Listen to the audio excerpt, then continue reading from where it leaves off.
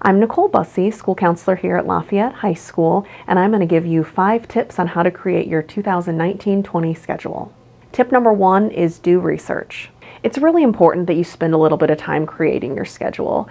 You don't want to just come into it cold and just pick random classes to fill the schedule just because you feel like you have lines to fill in and you're writing just anything down. It's important that you utilize tools that we have, like your course description guide, checking out descriptions for the actual classes, prerequisites. It's important that you talk to your teachers, talk to friends, talk to just people that know you well to see if there's good opportunities for you. Tip number 2, use your teacher recommendations. Although you are required to fill out a teacher recommendation form, not everyone actually uses it the way that it's intended.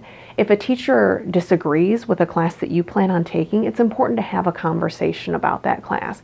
Ask why it is that they have a different opinion than you.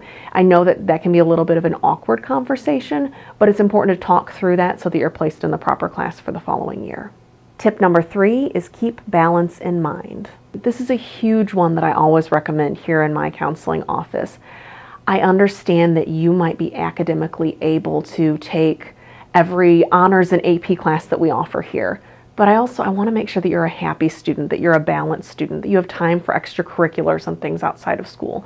So it's going to be important that you think about how much time do I have in the day in order to do the homework and the expectations of the class. You might not have enough time based on everything you do outside of school for all honors and upper level courses. Sometimes we have to pick a class or two that we're going to take at a different level so that we have the time to just complete things to our ability level and then also have things that we enjoy in our schedule. Tip number 4 is select alternates. This is huge. In an ideal world, everyone gets every single class that they request. However, it doesn't always happen that way. Alternates will be used in your schedule. There will be schedule conflicts. So it's important that those alternates that you write down are actually classes that you want to take. I can't tell you how many times students come in the counseling office when an alternate is put on their schedule and they say, I never really planned on taking that class. Well, then that's not really using the alternate in the purpose that it was meant for, right? We're wanting classes that you wouldn't mind taking in the event that the classes you selected do not work in your schedule. Tip number 5 is explore your areas of interest. You may get to junior and senior year especially, and a lot of the required electives to graduate are already completed. And you may have spots in your schedule and think, well, what am I supposed to take now? That's perfect time to take classes that just interest you and help you see what career interests you might have down the road. When you get to college, you'll have a chance to take a variety of classes, but every class you take in college costs money.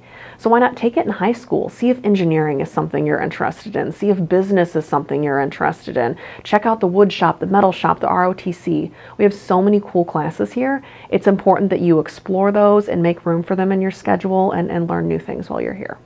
So now that you have your 5 tips for creating your schedule for next school year, you want to go on to Infinite Campus between January 18th and 28th, log those classes in, and then from there turn in your teacher recommendation form, turn in your paper scheduling request, and then also your Infinite Campus printout. Good luck!